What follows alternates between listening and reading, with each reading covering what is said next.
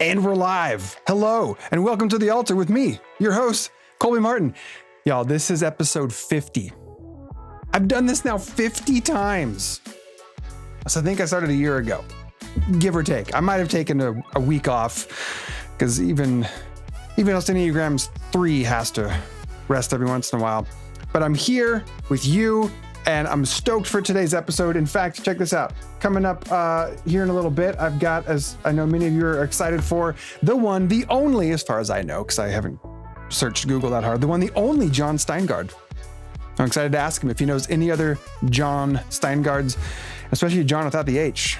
I think it's always hardcore when John's drop the H. So anyway, that's going to happen here in a little bit on the altar. I'm also going to share today's perspective shift. I'm also going to introduce a brand new segment and get into it with you. And all that and more for the next 56 minutes together on the altar. I'm glad you're here. Welcome. Let's get into it.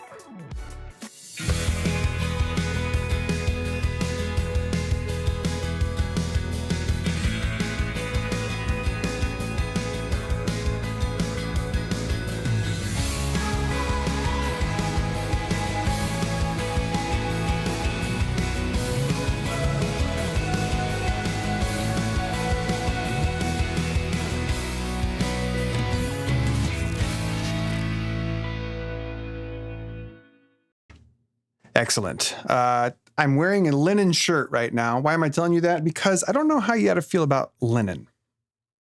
I feel like linen is very comfortable. It breathes nice. And in this hot summer moment, it feels really good. But it just always looks wrinkled.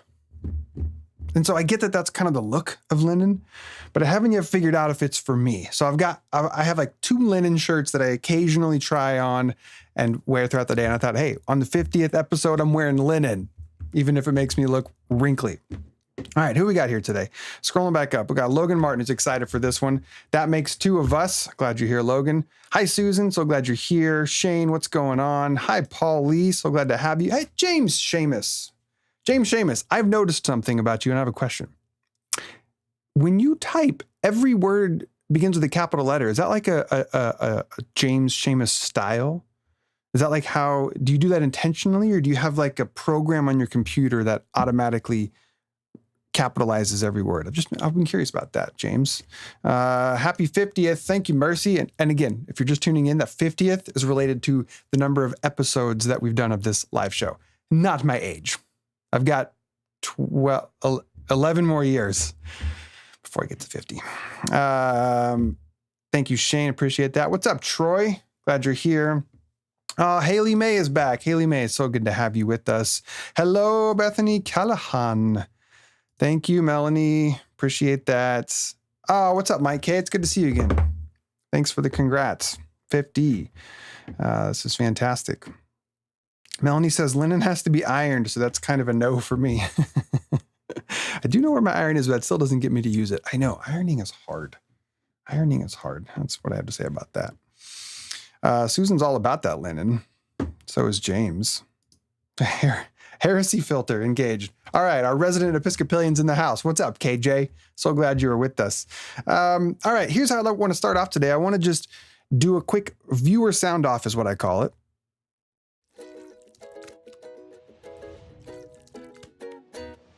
This is where I just give you a simple, easy question, just as a way to get your fingers going, in case you want to later on in the show interact in any way with questions or comments or concerns as the show goes on. So real easy, just sound off. What was your first, and then you're going to maybe show your age a bit here. What was your first cassette? Were you like a 80s, 70s, 80s kid? What was your first CD? Were you a 80s, 90s kid? What was your first vinyl? Were you before all that? Let me know what your first, any of that was. And I'm going to actually give you the first of both for me. So the first cassette, as I said earlier, I'm 11 years away from being 50. So I was born in 1982. And I got my first cassette probably in 1992. I would guess I was around that 10 years old, maybe a little younger. My first cassette was Beach Boys. That's correct. it was Beach Boys. And I would just play it on my boombox over and over again. I just really loved the Beach Boys back there, like the little old lady from Pasadena. And there's a place where I can go to here inside. Anyway, so that's Beach Boys. And then I remember my first CD. I was trying to think about this morning, as I was thinking about the show with you this afternoon. And I knew I was going to ask this question. I was like, why was this my first CD? My first CD was Shania Twain. Now, for some of you, that might just be like, yeah, that's a totally reasonable, logical choice. Why not? Shania Twain is great, especially in the early 90s, because I probably would have been like 13, 14 at this point. But I didn't like country. I still don't really like country. I didn't listen to country. I had no frame of reference other than like maybe some Garth Brooks and Billy Ray Cyrus. So why the heck did I don't know. I think probably I just saw her like on an MTV music video, and I thought to myself, oh, she's real pretty. I really like that Shania. And I might have just got the CD for the cover art. I don't really know. This was like pre-internet. So if you wanted a picture of Shania Twain, I guess that was one way to do it. But I just remember I wore that CD out, man. There were songs like, whose bed have your boots been under? And man, I feel like a woman. And then what was the other one that was stuck in my head this morning? Oh yeah, any man of mine better be proud of me. And even if I'm ugly, he still better love me. I can be late for a date, that's fine, but he better be on time. All right, so that's my little trip down memory lane here, my rendezvous towards my early music collection. So let's check in with you now. What was your first cassette or CD or vinyl? Let me know. Oh man, Haley May coming in hot with a Ricky Martin CD. Respect, Haley. Respect. Vincent, what's a cassette? That's fair. Oh, James. Okay, James says that you do that intentionally because of dyslexia, and it helps you be clear when you type on your phone. Thank you. I love that, and now I love knowing that even more about you, James. So thank you for sharing. I hope that wasn't too invasive or too vulnerable, but I felt like we'd had several months now of rapport. So that's really cool. Now, when I read that, I will know where that's coming from. I love that. Oh my gosh, Melanie says, how about my first 45? Hi, Melody. I love that you shared that. Something from the Grease soundtrack. Go Grease line dinner. Eye of the Tiger on vinyl, says Mercy. Nice. Solid. Susan says Peter Frampton on the vinyl for 16th birthday, and then 8-track tapes. You're right. I could have asked about 8-track on here. Short-lived medium. Jackson 5 for Troy. Logan Martin says first CD was Clint Black, Greatest Hits, which is really funny considering how much I do not like Logan, which, by the way, for the viewers who do not know, Logan is my younger brother. Why was both of our first CDs country? This makes no sense to me. I don't really understand what we were doing. Because I don't think I ever bought a country CD after that. Anyway. This handsome fella who's going to be on here in a minute, Jon Steingard, Deliria 5 ? Just kidding. Delirious, live and in the can. Loved some Delirious back in the day. I know, Mercy, totes off brand. But then again, I'd like to think my brand here at age 39 is probably different than it was at age 10, 11, 12. Oh, Shane says maybe first CD, the Toy Story soundtrack. A great soundtrack. Kevin says first pop country vinyl LP was Olivia Newton-John. Thanks for sharing. Haley supports me with the Shania Twain. Thanks, Haley. We got Matchbox 20 coming in from Hartman 23. Amy. Thanks, Amy, for normalizing that. Amy says a lot of us had that CD even though we didn't like country. Okay, so that makes me feel a little better. That's great. Oh, Mike says Beach Boys was my first concert. That's fun. That's fun. We got more country coming in. Trisha Yearwood cassette. And then Mariah Carey, the Dreambox CD. I remember those big old boxed CD sets. That's fantastic. Amy Grant. Great choice. Oh, Logan says maybe we got country because it was a safe venture away from the Christian music of our youths. That could be it. You know, because we grew up on a lot of Michael W. Smith cassettes, and well, that's all I can think of at the moment. Oh, Stephen Curtis Chapman. That's fantastic. Oh, that's lovely. All right, this has been the Viewer Sound Off. Thank you everybody for hanging out and sharing. Some of you vulnerably, like myself, your first music collections. Fantastic. All right. Here's what I want to do next is I want to move to what I call my perspective shift segment. And this is when I put a black box on the screen. Actually, not really. It's just I got to now figure out why the black box is there. But perspective shift is my weekly newsletter. And you can see the little URL in the corner here, colbymartin.substack.com. And I like to write about religion and spirituality and psychology, kind of the Venn diagram of how those things overlap. And I send out those articles every Wednesday morning, and you can read them all on my Substack page, and you can also sign up. It's free to have that delivered into your inbox every Wednesday. And then here on the altar, I like to hop on and share from the morning's article. So I'm going to now attempt to find out why it's just a black box. How about if I switch to that? No. Come on, scan converter. Capture Safari? Negative. All right. Give me 1 second to quit scan converter. Reopen. Capture Safari. Yeah, it's still not there. Well, why not? John, if you can hear me, Ecamm is not treating either one of us kindly today. Let me try and add 2 of me. That's another option. Now, another black box. Shoot. Sorry, friends. I've actually never run into this complication before. Let me close Safari. Reopen. I still don't see it. All right, I may have to just pivot to another idea here. If I can't get the scan converter to work. Appreciate y'all's patience. Nope, still a black box.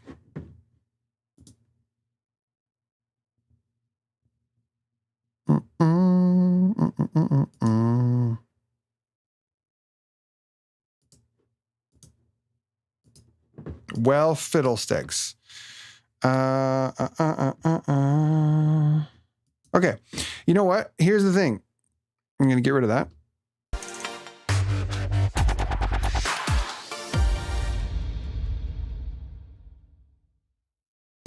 I'm glad somebody out there understood the pivot reference. And then thanks, Ben. Yes, I am lucky that you're patient. And thanks for the kindness about the hairs that I cut yesterday. Look, not a big deal. So I won't read from Perspective Shift today, which is fine, because here's the gist of this morning's Perspective Shift article. And you can go read it, like I said, at my Substack page. The thing is this. I've noticed over the years, as I've become more and more of a public figure, which is kind of a funny term, right? Like, what does that mean? A figure? What am I, just a representation of kind of a real person, maybe, sort of, and public? I guess that just means that I share things for consumption beyond just the people who are in my immediate, like, family and friends. So I guess this is what it means by public figure. But over the last few years, I have, through Instagram and Twitter and Facebook and even this show and my newsletter and website and all that, I often receive questions from people that have to do with belief, that have to do with some version of what do you believe about XYZ. And I've thought about this a lot. And I'm like, okay, well, part of it makes sense. Part of it's like, that's a reasonable thing to do.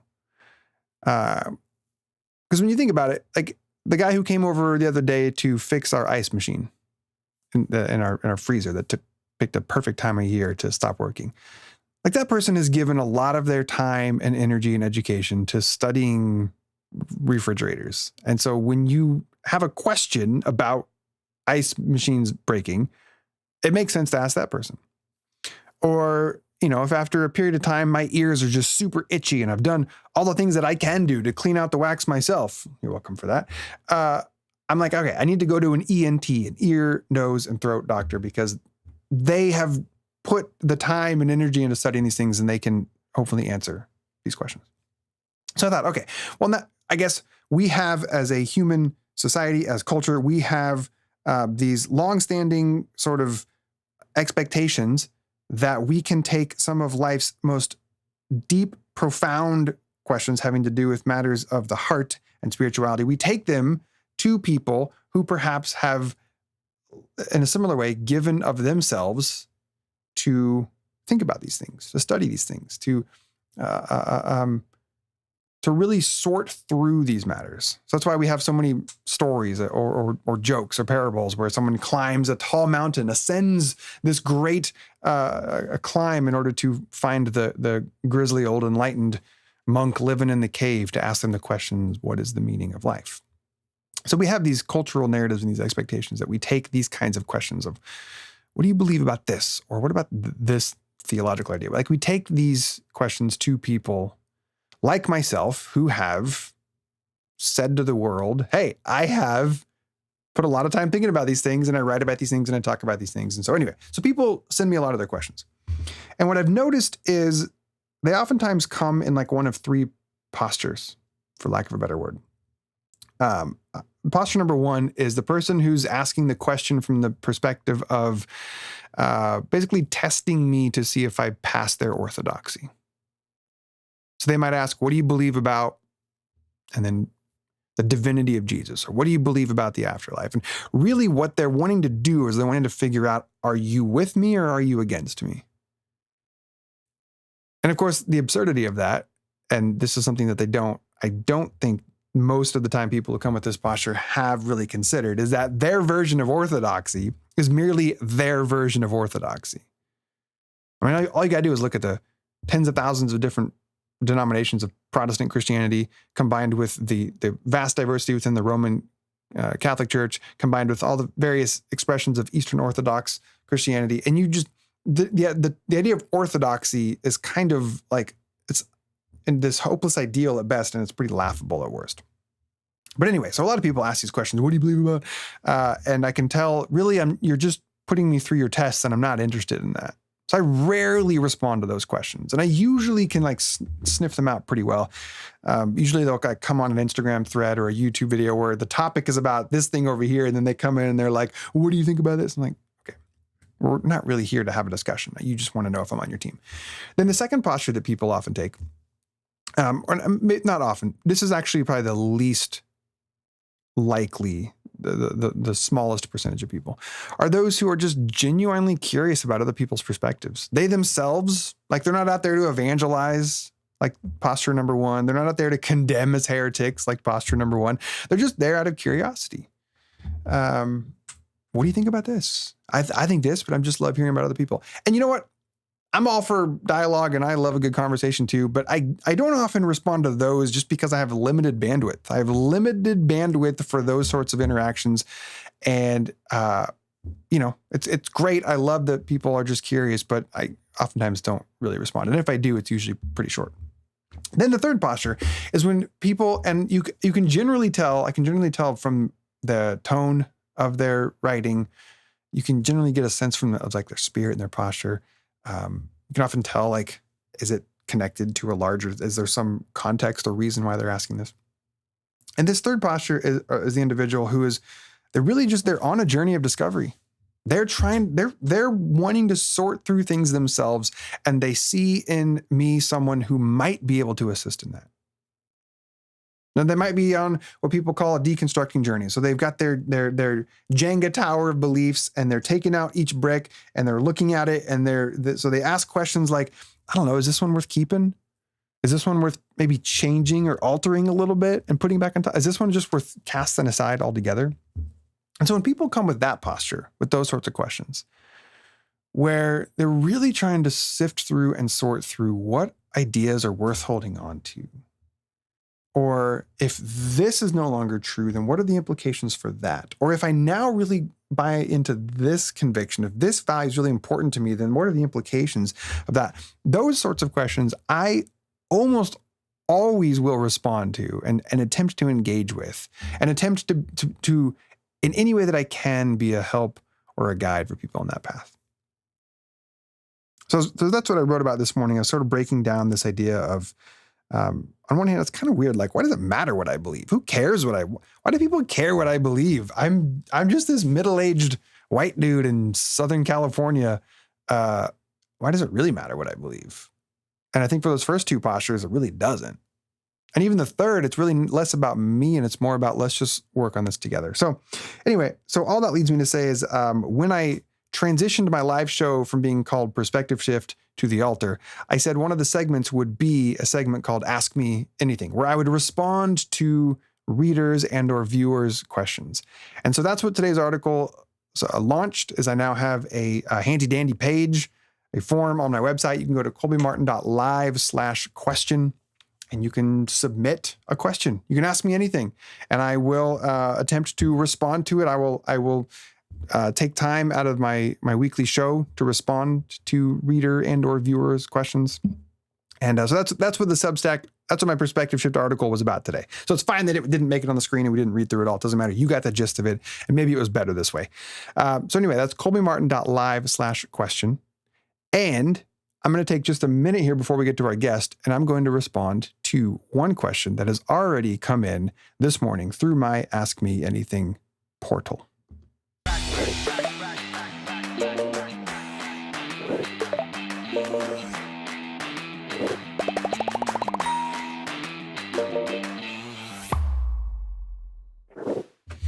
Today's question comes from Anonymous, because on the forum, when I invite people to submit questions, you can check whether or not you want me to use your first name or just be anonymous. So this individual wanted to remain anonymous.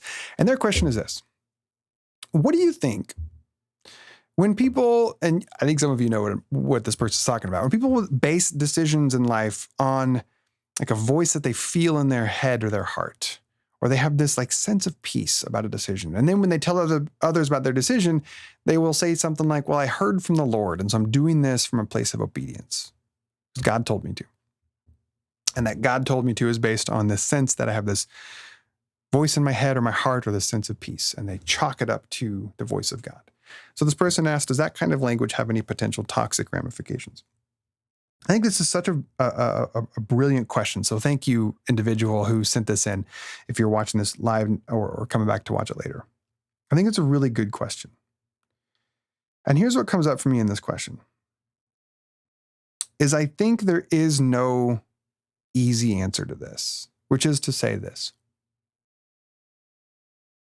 To start with your final question there, is there like potential toxic ramifications? I think even in your asking the question, you know the answer is yes. Is my suspicion, is that you have experienced the toxic ramifications of this idea. And the toxic ramifications can be things such as people who might say, well, God told me this thing, and so I'm doing it. And what that thing is leads to harm, suffering, oppression of others. So one example might be, because this is a topic that I interact with a lot, might be a parent whose child comes out as queer, and the parent says, well, sorry, but the Lord has said, not just in the Bible, but the Lord has told me in my heart that I am not to accept you, or I'm not to accept your lifestyle, or whatever sort of garbage lines they feed these days. So what are the toxic ramifications there? Well, they're pretty obvious in that scenario. The poor child in question now is in an unsafe, unloving environment where their very sense of well-being is threatened. And it's all based on sort of this defense, this wall of defense where, no, you can't argue with my position because this is what God told me. Well, that's a pretty terrible. That's a pretty terrible buttress for an argument. There's some toxic ramifications there. And there's other examples like that. So there's that end of the spectrum. And then there's the end of the spectrum, and this is what I've really been thinking about with this question, is I also am of the opinion that if there is God, and I would on most days submit to you that there is something, someone, some presence in the world that the term God makes sense to use, because it is as Paul says, the one in whom we live and move and have our being, that there is something behind, under, in, through it all. And God is a great name for that.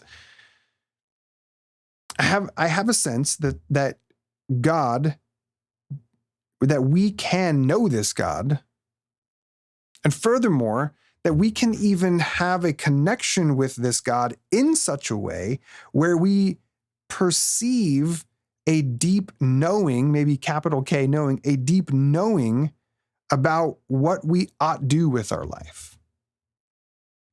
That maybe for some, instead of going to a sacred book or instead of going to a person of the cloth, they can maybe look within and discover within them this deep knowing.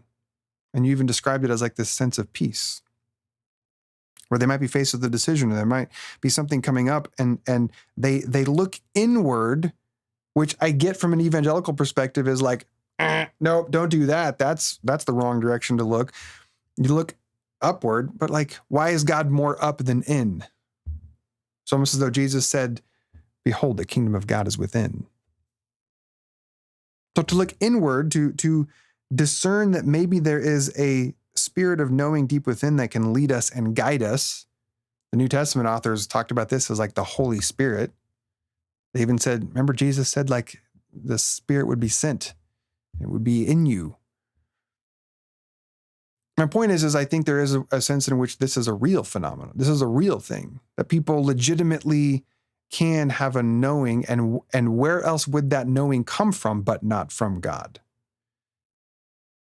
So to say God is telling me this or God is leading me that way, it's like, how else would you describe it if it comes from this place? So I think that when it comes to this question, I think I know what this person's talking about because I grew up in this world. And so people oftentimes justified really bad choices and really crappy beliefs based on this sense, well, this is what God told me, or this is what I feel in my heart. And it's like, well, it doesn't really seem to have legitimate worth and value outside of your own little brain. Like, it doesn't seem to lead towards love and patience and gentleness and kindness and peace. It doesn't seem to manifest good fruit. And yet we seem to be unable to convince you otherwise because you're just like, no, this is what God told me. But then on the other end, as I said, I do think there's scenarios in which how else might one describe this? So in the end, Anonymous, I say, yes, I do think there are potential toxic ramifications for this sort of scenario. And I think we need to hold space for the potential that this might be a way in which someone describes their experience. And that can get really tricky. That can get really murky. Like, is that really a deep knowing? Is that really the God who is within you that is sort of leading you to this? Or is it maybe just your own ego? Or is it driven by fear? Or is it driven by shame? Or is it, there's all sorts of other things. So it's really not clear. So it's really not an obvious answer to this. But I think for me, it's helpful to know that there is a broad spectrum with this idea. And so in my own life, I'm very slow. I don't know what this is. I'm very small. I'm very slow to talk anymore in this way, where this is what God has told me. Like, I don't actually remember the last time I used that sentence. I'm very slow to think in this way. And maybe that's because I've sort of been in the world in which it was overused and abused. I'm very slow to talk in this way. And I'm even slower, if at all, to ever impose that on anyone else. To ever say, well, this is what I think you should do because this is what I heard from the Lord. Like, to ever impose that on anyone else. I just don't think I would ever do that. Anyway, so thank you for the question. It's a wonderful question. And I hope in some way, if nothing else, you were seen and you were heard and you were valued. If you want to ask me anything, feel free to just head to colbymartin.live/question. And again, those links are now on my Substack page at colbymartin.substack.com. All right. That's fantastic. Thank you for that question. Now let's do this. I would like to get to our guest here because it's already 2:33, and I told John that I just wanted to talk to him for about 2 or 3 hours. So we should get to. I'm kidding. It's not going to be that long. But let's go and get into it now. Let's do this.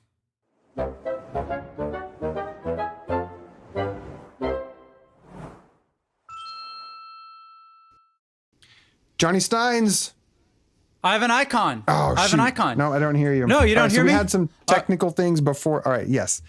We were trying to sort out the technical things, and then John's like, all right, let me try something else. And then we weren't able to retest it, and I hear you. Yes, I can hear you. No, oh wait, no, now you disappeared. You have me? Yes, I have you. No, I disappeared. I have you. So this is not ideal, exactly. I'm sorry. But for some reason, I have this really cool microphone. It is cool. It's a really professional mic. Always works. It always works except for when I'm talking to you. Yeah, I get that a lot. You're gonna have to bear with my AirPods here. You know what? It doesn't sound bad on my end at all, but I understand from your perspective the desire to have your professional microphone. It's called sunk cost bias, I think is what it's called. But I have to also say something else. That Go ahead. I was wearing a black shirt before, and I decided when you started talking about your linen shirt, I was like, I'm gonna go get a linen shirt, and I put it on camera, and I was like, I wonder at what point I'm gonna be brought on here. That's awesome. So eventually, I was like, at one point, I was like, well, I mean, this might be a different kind of show than we talked about. It might be. All right. I've got one. Thank you for joining me in the linen game. Do you like linen? Do you feel like linen is okay? So I grew to associate it with like warm tropical places, which I'm pretty obsessed with. Okay. Because you want something light and airy, when you're in these tropical places. So now that I associate it with that, I like it, but I didn't always. Okay. All right. Maybe I just need to travel to more tropical places, and then I will like linen more. I mean, and you just deal with the wrinkles. You just deal with it, like it's just part of it. Sometimes I do the dryer trick. Okay. You throw it in the dryer while you're in the shower, that whole thing. But yeah, I don't remember who it was in the comments that said you have to iron them, but that is what you're supposed to do. That sounds like a lot of work. Well, John, it's been great having you on. Thanks for talking to us about linen shirts. Right. No, this is great. Right. It's gripping content. Gripping content. Hey, before we get into, first of all, thanks for being here. Thanks for putting up with some of the tech things. I apologize that we couldn't figure out why your microphone. We can also blame me because I updated to the newest Ecamm beta version this morning because there's some really cool new features. And then lo and behold, what happened in the show? Well, my freaking NDI screen share didn't work. And then I couldn't figure out why your microphone wasn't working. So we can just blame me. Hey, you know what? We're here. We're talking. We made it. I'm fine with it. And then secondly, so for those who are watching this live now with us or later, I met John on Instagram. Like we DM'd each other a bit, maybe, I don't know, a year or so ago, somewhere around that timeline. And we've exchanged a few messages, but then we eventually discovered we live kind of close to each other. Like you're probably about an hour north of me. And so we met in person a couple of weeks ago for the first time, which was super fun. John, I don't know if you know this, but I wrote a little bit about that experience last week, and I didn't use your name. I didn't know that. I didn't use your name. I would put it on the screen, but as we've already figured out, that's not working. So I can't show it. But here, so in my newsletter that I went out last week, which was titled, I Don't Mean to Be a Fraud, I think, I talked about how I struggle with as an Enneagram type 3, where I'm constantly projecting images and, not really being the real me, but sort of chameleon and adapting and figuring out who do I need to be in this situation so this person likes me, respects me, admired me. And I talked about how I met this new person recently and I wanted to make a good first impression. And then when I was driving away, so this is you, or that person, when I was driving away, my mind was racing. I was like, oh man, was I attentive? So here's my questions. And I'm going to just put you on the spot. No, I'm just kidding. But I'm like, was I attentive enough? Was I a good listener? Did I talk too much? Did I not talk enough? Did he feel seen and valued and appreciated? Did I say smart things? Does he think I'm cool? Should I have licked my fingers so much after eating the chips and guac? So this is what I was thinking about when I was driving away from our time hanging out a couple We weeks ago. are so the same. I mean, I self-assess after hanging with people in the exact same way, because I'm always like, okay, did I talk too much? Did I not talk enough? Generally, not talking enough is not my problem. Yeah. Uh,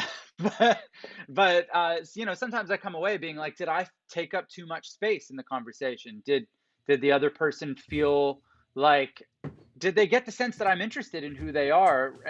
You know, so I think about all the same things. So you did great, man. You asked me about me, and then I think I went on a rant for like 20 minutes. So I think, if you recall, by the end of the conversation, I said, hey, I'd love to know more about your journey, and I wanted to know more details about your life, but our time was sort of coming to an end. And so as soon as you asked that, I'm like, actually, John, I gotta go now. So thanks for sharing. So yeah, man, you're good. That's great. I was thinking about that experience, and as I was writing that last week, I'm like, is this what dating is like? Because that sounds exhausting. Oh, so I have some friends who are either in the single dating life or have been there recently. And I've never really dated. I mean, I met my wife in middle school. We didn't, start dating till later. But even then, like I just didn't really go on many dates. And I just imagine that sort of world of dating and going on first dates. Oh, that sounds really exhausting, because you're just probably constantly overthinking and over judging yourself as you drive away from every day. yeah, I've thought about that a little bit, because, you know, it's like nobody knows where life is headed, right? And I've generally been a pretty confident person in life, and in relation, you know, in my marriage and relationship, I've mostly gotten more confident over time, being like, okay, I kind of know more about who I am and what really matters to me. I imagine that if I found myself single for some reason, you know, I'm not, this isn't something that I'm hoping for, but like, if I found myself single for some reason, I imagine, like, would I be more confident than when I was younger, given the fact that I know myself more, and I feel like I've learned more about how people work, and I could like engage more knowledgeably with people. But then I also wonder, like, would I be so struck with insecurity over like not having been out of the dating game for like 6 to 15 years, you know? I have no idea. I'd probably be struck with a lot of insecurities, I'd imagine. Yeah. Well, Yeah. thank the deep knowing inside that you and I both have our life partner already on lock, and we don't have to do that for now. Yeah. And hopefully forever. All right, John, I love that you're here. I think many people who are with us or who will watch us later will have some handhold of who @Jon Steingard is. But for those who maybe don't, let's give a bit of context for you. Let's just give the verbal Wikipedia page really quick. Sure. And go ahead. Oh, I was going to attempt to do it and then let you correct me. Oh, sure. Go for it. That's always fun. Is it though? Is it fun? All right. So it's fun for me. Here's what I know about John, and then you correct me and then add to it. About a year ago, you had an experience in which you shared, you know, I talked earlier in the show about this idea of public figure, and you've been a public figure for a lot longer than I have. And you shared in your channels of communication to the people that you perhaps were no longer in the same religious space that you had been for the majority of your life. And to use just big labels, that was like you came from an evangelical context, specifically Vineyard, and then you were done with it. You were past it. You were over it. And we'll talk about that in a little bit about what we mean by that. And so about a year ago, you shared that, and it caught a little bit of fire. It caught a little bit of attention, because you're not just @Jon Steingard. At that time, you were also the lead singer, or had just maybe ceased being the lead singer of a very successful Christian rock band known as Hawk Nelson. And so you weren't just a random guy that's like, I don't think I believe the same things anymore. You were kind of this person who was in some way a spokesperson, a figurehead for a type of belief, for a type of structure in a very public way for like a decade or so. And then you said, that's not me anymore.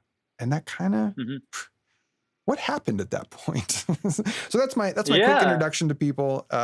And so you tell me how you'd like to refine that or add to it a little bit. Yeah, no, that's like, for the purposes of this conversation, Yeah. that is a pretty good summation of where I'm coming from. Like you said, I had been doing Christian music my entire adult life. Definitely became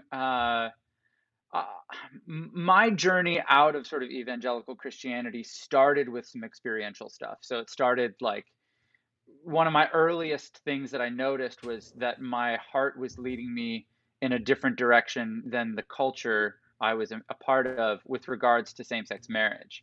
When the Supreme Court legalized same-sex marriage, I remember my very first gut reaction was like, well, that's great.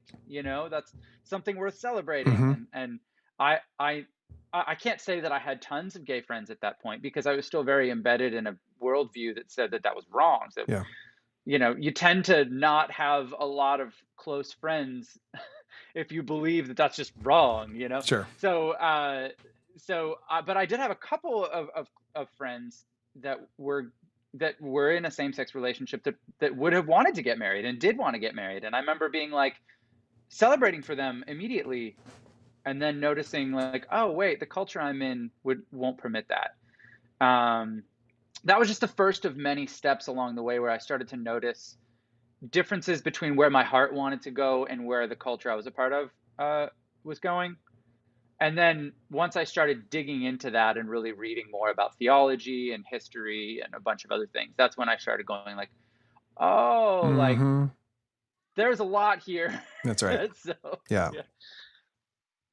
All right. So you make this, and what all did you say in that sort of revelation, in that revealing a year or so ago? Like, what was it a total rejection of everything? Or was it just like, hey, I used to have this label evangelical and that's just not me anymore? Or did you get into specific things? I got into a few specifics because, I mean, for me, the reason why I wrote the post was because I felt like I had been representing Christianity for a period of time, or my whole life. Yeah. So a period of time. An epoch. Right. And I felt like, okay, my views are changing, and between like feeling like that was happening privately and between that point and then the post that I wrote, some time had passed, and so enough that I felt like I was starting to be a little bit maybe dishonest if I didn't say something. Started to feel like I was allowing people to believe something about me that just wasn't true, and so that's why I wrote the post, and I felt like it was worth explaining why. And so at that time, a lot of the big issues for me were like biblical inerrancy was a big thing for me. Like, I mean, for me, that was sort of a really key moment when I had this realization that like, oh, I don't think the Bible is perfect. That's not the same thing as saying it's worthless, but I just don't think it's perfect. And I think that like, if we're talking about all these translations and people are very comfortable saying like, oh, like, well, there's sort of this perspective built into this translation and this little bit of bias built into this translation. It's like, well, if that's the case and we all agree on that, then like, going all the way back to the original, wouldn't it make sense that there would be cultural biases, personal biases built in? It doesn't mean the text is worthless at all. It just means it's not like, maybe if I'm looking at a scripture, looking at it as if God would say that exactly like that to me is not the right way to look at it. Yeah. And once I opened that door, well, then a lot of things started to shift. Yeah. And so that was a big one. And I detailed some of that in the post and kind of said like, hey, here's some specific issues. Yeah. I assume you weren't completely blindsided by what happened next, and maybe you didn't expect for it to get as much attention. Is that accurate? Like I you, definitely, like, I expected it to get attention for a short period of time yeah, within a very a very, niche yeah. Mm-hmm. sort of community, the Christian music community, like, Like, "Oh, wow, did you see what John wrote?" Like, you knew it geez. was And it then, was going like, to be a big deal for that community, right? yeah, That for much a is minute, for me. Sure. Yeah. like, things move fast, and, like, I've had friends retire from music that were, like, really big deals, and then I discover that the world moves on without them pretty quickly. And so, Yeah. like, I've just seen that happen enough times that I was like, well, this might cause waves for a second, but I mean, within a week, people will be just going about their lives. I'm not the Yeah. center of their universe, and nor should be. So yeah, that's kind of what I expected. But then what ended up happening is Fox News ran an article, Okay. All and right. when they did that, then CNN and a bunch of other mainstream media, and the sort of headline was Christian singer says he no longer believes in God, which is Oof. like, I did say that. So they're not being unfair, but Sure. it's like I realized that I was participating in like a cultural movement that's bigger than my own life. Yeah. And I wasn't yet sure what to make of that. And I wasn't entirely sure what, given the knowledge of that being the case, like, what does me being responsible look like? Hmm. So I started to think about it that way after Yeah. after those articles came out. Yeah. What did that feel like to have your I'll put it like this. What did it feel like to have just a slice of of a season of your life, right? So it's not like you had decided that you arrived anywhere in particular and you're like, all right, this is now Hmm. John Steingard for the next 4 decades. Feel free to just, view me accordingly. You were just like, I'm in this process, I'm transitioning, and these are some things that I'm no longer about. What was it like to then have that slice of you, kind of this unrefined, maybe in process still slice, blasted Oh, on for sure, in Fox News process. and CNN? Like, how did that feel to you to then see those articles and get the mess? I think you mentioned you had like literally thousands of messages that were just Oh yeah, yeah. flooding your inbox.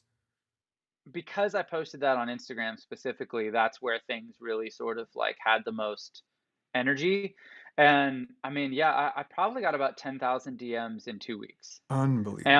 And for the first couple of weeks, I didn't look at any of them. Like, I was just like, I was so overwhelmed. I was like, I can't. I shut down.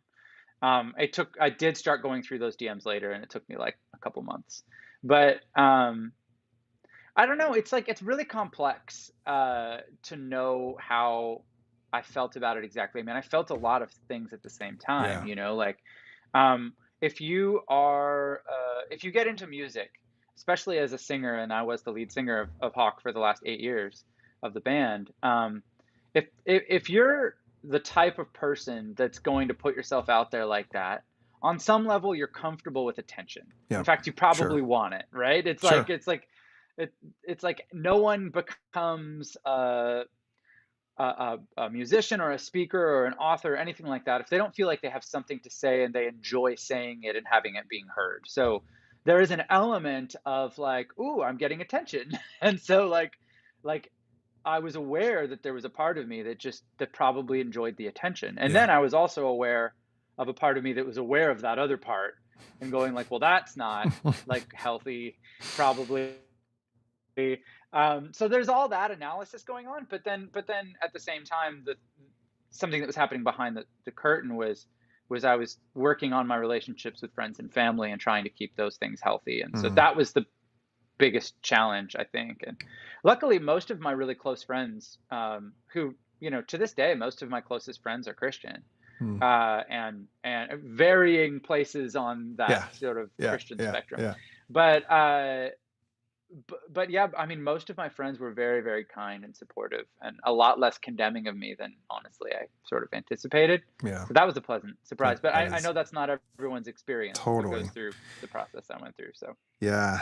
So for the last year now, you have been, I'll describe it like this. You've been attempting to steward the moment as best as you can, which is to say, whether by design or just by circumstance, you became, you sort of moved like from this figurehead of evangelical Christianity via the avenue of a rock band lead singer to now this kind of spokesperson, poster boy for this ex-evangelical, post-evangelical deconstruction, and which on one hand is this beautiful, like, you became this beautiful, I would imagine, safe space for other people to be like, oh, thank God, John, because Yep. I have had your CDs in my 6 CD changer in my 1999 Jeep Wrangler for the last 10 years, but I haven't played him for the last 2 years because I stopped believing this stuff years ago, and I just felt really bad. But now I see that you have also found some question in these things. So I imagine you got a lot of that, and something I said must have triggered Siri because now she's trying to listen to me. No, Siri, go away. I don't understand you, Chill, Siri. Go Siri. away. How do you kill Siri? Die, Siri. So anyway, I think in the top right corner. I think she's gone now. So you became this sort of figurehead for this movement, and my perception of you now for the last year has been you've been trying to say to yourself and to whatever you might believe beyond yourself, okay, how do we handle this moment well? What do I do? And one option, honestly, John, one option would have just been like, how about not handling it? How about I really am just sort of done with that whole season of my life. I'm moving on to making videos and hanging out with my kids. Like, and nobody would have, thought poorly of you for that. That would have made a lot of reasonable, rational sense. And yet, what I've seen you do is I've seen you, for instance, start this YouTube show called The Mystery and the Wonder of Being. And I've seen you invite people to these conversations to talk about this idea of deconstructing, this idea of sort of building a faith maybe beyond our evangelical heritage. I've seen you invite people to talk about consciousness and to talk about sort of trans faith realities. And I'm like, all right, this guy keeps saying yes to life, which for me, by the way, is a great description of faith. Like faith is what merely, a great compliment. Is merely just saying yes, like opening up and saying yes. And so I love that about you. And I wonder how it's felt for you in this last year, hosting those conversations and being one of the people in that sort of in this moment. What's that been like? Yeah, I mean, it's complex too, because, I think you mentioned that one of my options would have been to just sort of disappear, wash my hands of the whole thing, and to walk away. And I think to a large degree, there's a number of people in evangelical spaces that would have preferred that I do that. Absolutely. And I mean, and actually, honestly, there is a healthy version of that, which like the last month or two, I've actually taken a step back and I haven't been as present online because I just my family needed my attention. And so that's been a priority for me. So I think it might come in waves for me. But the reason why I keep engaging with this whole topic of, faith change, we can use so many different ways to describe it. Deconstruction, faith shifts. Right. There's so many of these terms that sometimes I don't find myself loving. Like I don't love the term deconstruction. I don't love the term ex-evangelical. I'm totally with you. But it's like these terms do serve a purpose because when people discover them at a certain moment in their journey, it allows them to know that there are people that have gone through this process before, such that there's a word for it, right? And so it's like, in that sense, it's good. But yeah. I really did think when I wrote that initial post a year ago that I'd be like, I really thought I would just wash my hands of the whole God thing and be done. But what happened was the work that I had been doing to sort of uncover details about, some of the things I had questions about, whether that was the Bible, whether that was science, whether that was consciousness, whether that was, all kinds of things, history, theology. The work that I had done to get to that point, I was still really interested in it. And I kept just feeling like there's more here. Like I'm not done learning about this. Like I haven't finished and exhausted all there is to learn about why people believe. I mean, in all kinds of things. And so I've continued to be curious about it. And the word curiosity is a real driving force for me. And Mm, so what I try to do on the YouTube show and podcast that I have is to bring on people that might from whom I might be able to learn something. yeah. And so in a sense I've been sort of like I took my deconstruction public, even though it wasn't like complete. I'm realizing that it's never complete now, but Sure. I just sort of allowed it to go on in public, even if it's messy, even if I make some mistakes, even if I say some things and 6 months later I'm like, oh yeah, you know what, I may not have been right about that. Like, uh, I wanted to lead by example in that way, not as someone who is an expert on anything, but someone who's willing to like put themselves through the grinder of of of deconstruction Hmm. publicly in the Yeah. hopes that that's helpful for someone else, I love So that. that's really what it's been for me. I love that. Thanks for doing it, The brother. the word grinder, I think, is actually appropriate because it really is. Yeah. It can be very disorienting for as like for folks that are letting go of a belief set that's really been the foundation of the way that they see the world. Absolutely. It can be really scary. Well, speaking of letting go of some things, that's what I want to wrap with you for the next few minutes, and we'll sort of Sure. fire through these pretty quickly because we're almost out of time here, and I don't want to keep you longer than agreed upon because you're a lovely human and you have other things to do. But thank you for doing the work that you do. Thank you for holding the Mm. space that you hold, and for normalizing the journey, and for showing people that there is not just life on the other side of maybe this very narrow, religious, evangelically tinted worldview. Not only is there life on the other side, but there's actually really good life. Like there's actually Yeah. a lot of Yeah. flourishing and wholeness and healing. The assumption is that if you sort of walk away from the faith, like that slippery slope just leads to the wide path of destruction, and many find it.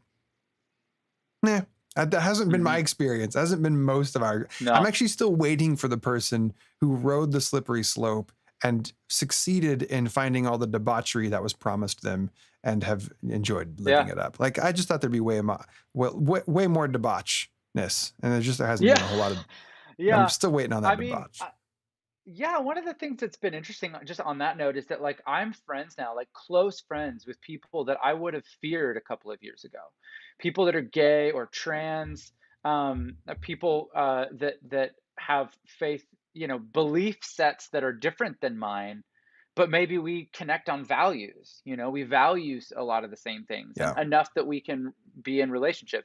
And so, like, uh, some of my closest friends are people that I would have felt like I shouldn't be friends with a couple of years isn't ago. that funny? And even that dynamic right there says something. Hmm. Like, now, Yes, none of that means, Christianity true, untrue, what's the right version of Christianity. That has nothing to do with any of that. right. It just means that I was living my life in in a way that, because of my faith and the way that I articulated it in my own mind, I was allowing myself to be afraid of people that I just didn't need to be afraid of. Yeah, I Or love that. maybe a better way to say it is like I was holding people at a distance that I just didn't need to hold at a distance. Yeah, And to let go of that has been one of the richest experiences in my life. I love it. All right. Let's do this. This is what I Yeah. want to like to do with my guests as I bring them onto the altar, because the idea of the altar is we sacrifice those beliefs that are outdated, bad, harmful, toxic, whatever word we want to use. We sacrifice them for the sake of what wholeness and well-being and transformation.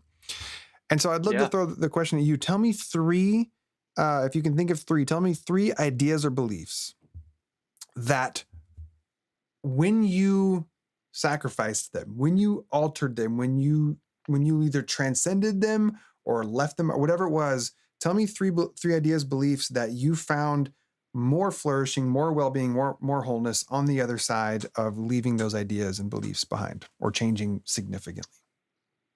Yeah. Yeah. I mean, we were sort of texting about this earlier, and Oh, come on. I made there's it a so bunch of smooth and natural. Like I was just throwing, and you had no chance to previously think about it. You were going to answer gloriously off the cuff, and then you just revealed that we did prep oh, work. Ugh. Sorry. Don't you know how to Enneagram 3? You don't know how to do this. Enneagram 3. I'm an 8. Yeah. Yeah, you're So way too. I'm always pushing back at the way that things are presented to me. Like it's got to be smooth and polished, and nobody has to know the work that went into it. Sorry. No, people should know you put work I into know this. it's It's fine. good. They should It's know. fine. I'm just go for it. But yeah. So I mean, the first, there's a bunch of things that we could talk about, but the ones that jumped out at me immediately. The first one for me was just giving up the idea that hell is a real place that Yeah. people go when they die if they're bad. Like that. It's one of those beliefs that when you grow up with it, it feels totally normal. But once you're outside of it, looking at it from the outside, you're like, that's awful. It's ridiculous. And how anybody sort of squares that with the idea of an all-powerful and all-loving God, like this was his best solution. It just doesn't square for me. So, and I think, so that was one. So how is that led to actual better life for you? Like how is leaving that behind sort of translated into whether it's flourishing or better emotional well-being? What is it? Yeah, I mean, a couple of things. First off, like I think you can live with just a lot less fear. Like I have people that are close to me that still like that have hell anxiety or rapture anxiety. Like I've heard stories of people that I know really, really closely who, would be, when they're a kid in the grocery store and their parents like walk around the corner and they're all of a sudden afraid that their parents have been raptured and they're all alone. Like that sort of fear is just really crippling and debilitating. So like you get rid of hell, you get rid of that fear, right? And then the other thing it does is to me, it's like for people of faith, if you take hell off the table, all of a sudden everything we're talking about is not talking about eternity anymore. What we're doing is we're talking about now. We're talking about like how can we live in such a way that we can alleviate people's suffering now, that we can make life as good as it can be for as many people now. Like it brings our focus back to the present in what feels like a really healthy way for me. And so I think that's good. All right. To hell with that idea then. Yeah. All right. Number 2. Give me another one. It's so great to get rid of hell. It's so, I tell you, it's so good. Oh, it's so great. So the other thing is the second one that I thought of, and I've sort of touched on already, is just the idea of biblical inerrancy. Okay. Because if you're, that was freeing for me to go like, hey, well, actually, the way I wanted to frame this is like the belief that the Bible is either inerrant or it's worthless. Because I think sometimes we get this binary choice presented to us, like, is the Bible the Word of God? And sometimes I'll have Christians come at me like, well, if you don't believe the Bible is the Word of God, then it's worthless. And I'm like, no, those aren't your only options. That's right. Like the fact that like you could look at the Bible in a way that go like, okay, there's a bunch of people that wrote things down that seemed really important to them. And it's an expression of who they were, what they believed at that time, the way that they were interacting with the world, and the beliefs they held about what underlies the whole thing. We're asking those same questions now. Like, I'm interested in what people that had to say who came before me, especially given the fact that like Christianity has been so influential in Western culture. Like, why wouldn't I want to understand where that comes from? And not just from a historical place, but definitely from a sort of a historical point of view. But like, there's people that engage with this text in so many different ways. That's interesting.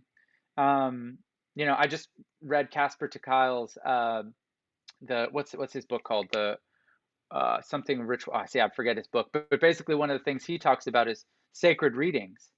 And so he started a podcast where they talk about Harry Potter and they go through Harry Potter as if it's a sacred text, not because they think that it was like written by the hand of God, but because they think that there's ideas in those stories that you could tease out and allow to sort of fill your life in a way that's really interesting and helpful. So, I mean, not that I'm saying the Bible and Harry Potter are the same, but I think that No, I got you. But you know what I mean? Like you can look at the Bible in a way that's like really, really meaningful and helpful, and we can learn a lot without it being this thing that has to be this monolithic, like beat you over the head type thing. Yeah. Yeah, I'm so with you. Thanks for sharing that. I've often reflected on how much more I enjoy the Bible now on sort of the other side of, because I also, have Yeah, let go of that belief that the Bible is this sort of perfect documentation, as though it were what God would want on a page were God to write it God's self, right? So that idea that it's all just today. perfect and yes, and all the days, Yeah, that this is it. Once you sort of let go and move on from that, suddenly actual verses start to make a whole lot more sense, like in Hebrews, where it's like these words are like living. It's a living mhm. document. It's not this static document where we have to just be okay with the fact that, well, I guess the Apostle Paul is the height of human psychology in the year 55 AD. Like, I guess he knew all there was to know I about hope not. how to handle relational conflict and how to build sort of equitable communities. No, I don't think Paul was the height of intelligence and all that. So and when it's a living document, you can engage with it in your own context and in your own time, and you can allow the meaning to change over times, which I just think makes way more Yeah, sense than there to be yeah, this sort of static mathematical truth that transcends time.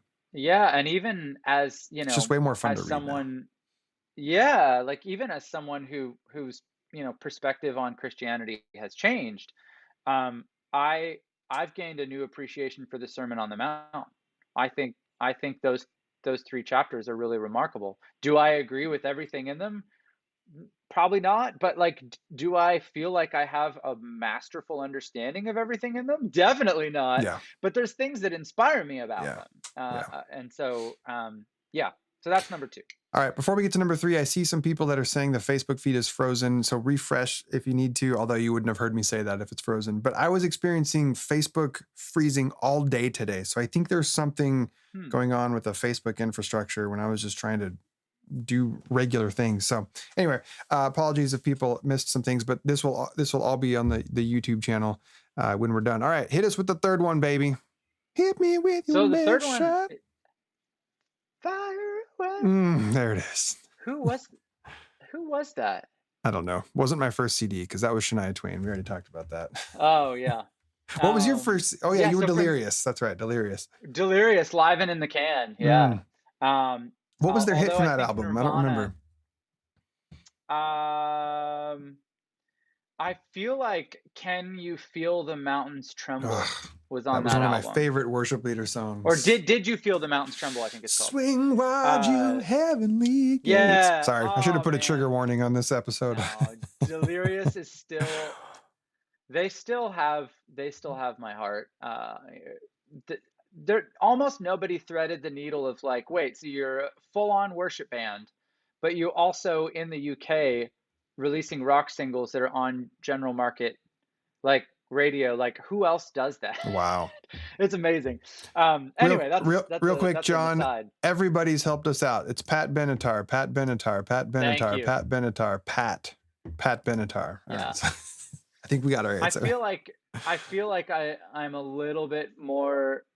I'm okay with the fact that I didn't remember that was Pat Benatar.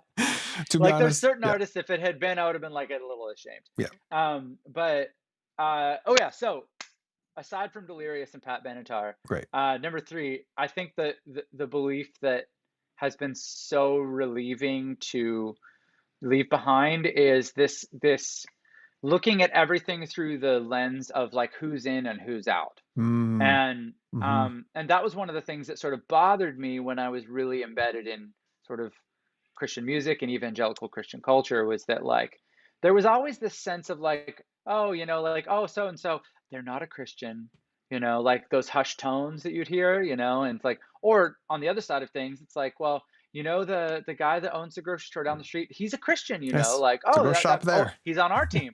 He's on our team. So this sort of taking sides or like determining whether people are on your team or not. I try really, really hard not to do that now. Now, it's certainly not to say that only Christians do that. I mean, like, we're all doing that all the time.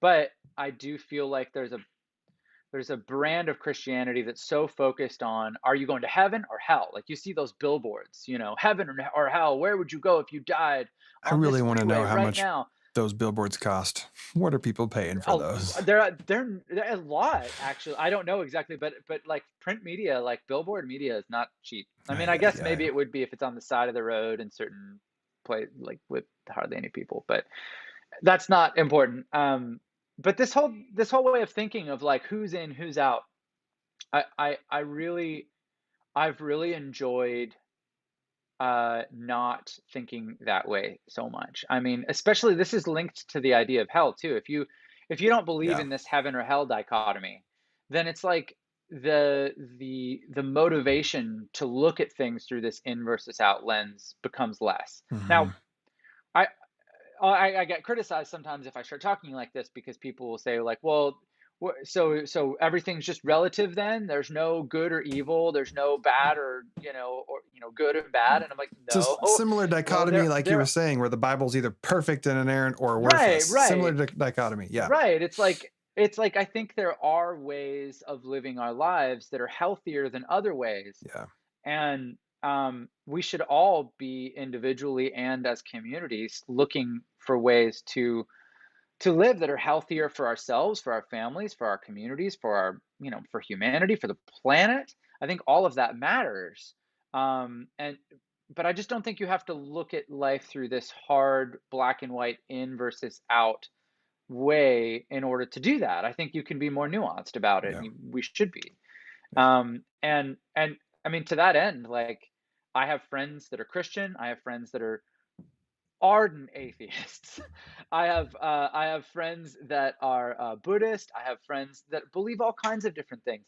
But it's like I said before, like, if we can get on the same page and with values, um, then I think the belief stuff can be more of a thing that we discuss in positive, sort of ways and healthy ways, rather than it being this like, where are you going to spend That's right. eternity Right. business? Where you're driven by this Yeah. hope and desire that they would eventually change their mind and believe like you. Man, that's going to Well, and tank that's most the other thing. relationships. Right. It's like, can you make your way through life genuinely believing that there might be ways of living a beautiful life that look different than your ways? Yeah. Yes. And I have to answer with humility and say yes to that. Mm-hmm. Like obviously I am living my life as best I can. So I do think that the decisions that I make and beliefs that I hold are good ones, because if I thought they were bad ones, I would change them, That's right? right. So I do think that the way I'm making my way through the world is more good than bad, but I'm trying to adjust the more I learn. I'm trying to approach people that do it differently with curiosity. I don't do it perfectly. I get into arguments sometimes. That's my Enneagram 8. But I think that we can approach life and people with this sense of like, hey, like, we might not do things all the same, but I don't think that I have the ultimate answer. Mm-hmm. So maybe I can approach every interaction as if I have something to learn. I love that. That's just a much more refreshing way of living to me. Yeah. Shane Deal said over on YouTube, the idea of who's in and who's out has been a real relief to step back from for me. So he Yeah. feels you on that one. And then Mercy really appreciated when you said, quote, I've really enjoyed not thinking this way. She said that's the quote of the day. I've really enjoyed not thinking this way. I love that. John, you're a great human. I feel really fortunate that our paths have crossed, and even more fortunate that we live close enough where we get to go have a beer and eat Brussels sprouts and chips and guac together. So you want to do it again next Monday, maybe? I'd love it. All right, Monday. sweet. All right. Let's do it. Thank you so much for hanging out with us here on the altar, John. Everybody, if you haven't done so yet, go check out his YouTube show, The Mystery and Wonder of Being. Go follow him at Jon Steingard and do what I did, which is a little deep dive. If you've never listened to Hawk Nelson, I know you're not in it anymore, but I told you, I'm like, I went and watched some of your videos and your music, and dude, you're good. So if you ever want to, become a post-evangelical, spiritual, mystical singer, I would buy that 8-track. Well, thank you. All 8 right, track. yes. I think if I did that, I would release only on 8 Only track. on 8 Just to be track. just to be obtuse. Yeah. I would expect nothing less from you, you 8. All right, buddy. Till next time. Be well. Thanks. All right. Thanks Bye. for having me. So that is my new friend. And yes, I get to call him friend. I asked him last time we hung out. Like, I submitted a in-person friend request and he accepted. That's my new friend, Jon Steingard. And I hope you appreciated hanging out with him and me for the last little bit. And I want to just end by saying a special thank you to all of you for going on this journey with me, doing this 50 times now. I don't know what the future will hold. I know that I'm still really enjoying doing this, and I plan on doing it every Wednesday for the foreseeable future. And the show will continue to evolve and change and adapt. But knowing that some of you, I see you, Susan and Mercy, have been with me like almost from day one, I believe. And it just means a lot to know that, hey, when I go live on Wednesday afternoons, there will at least be a few people hanging out. And yet today we had quite a bit more than a few, which is super fun. So thank you so much. If you haven't done so yet and you're watching on the YouTubes and you want to subscribe to my channel, that's nice. I invite you to do that. And if you're on the Facebooks and you want to like my page, also that's nice. But both those things are entirely and utterly optional. Never feel any pressure to do that. And then tonight, before I go, just want to let you know that tonight, my wife and I, we do the Kate and Colby show on Wednesday nights at 7 p.m. Tonight, we have the one and the only Paula Stone Williams. And Paula Stone Williams, her memoir came out last month called As a Woman, What I Learned About Power, Sex, and the Patriarchy. So Paula transitioned. She's a transgender woman, and she has incredible stories and insights, and she's been a dear friend of Kate and mine for like 4 years now.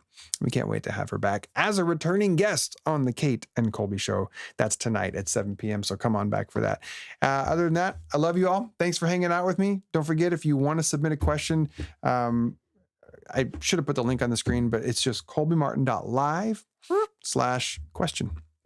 Easy enough. Or go to my Substack page, because that's what today's perspective shift was all about. All right. Thanks, everybody. We'll see you next week.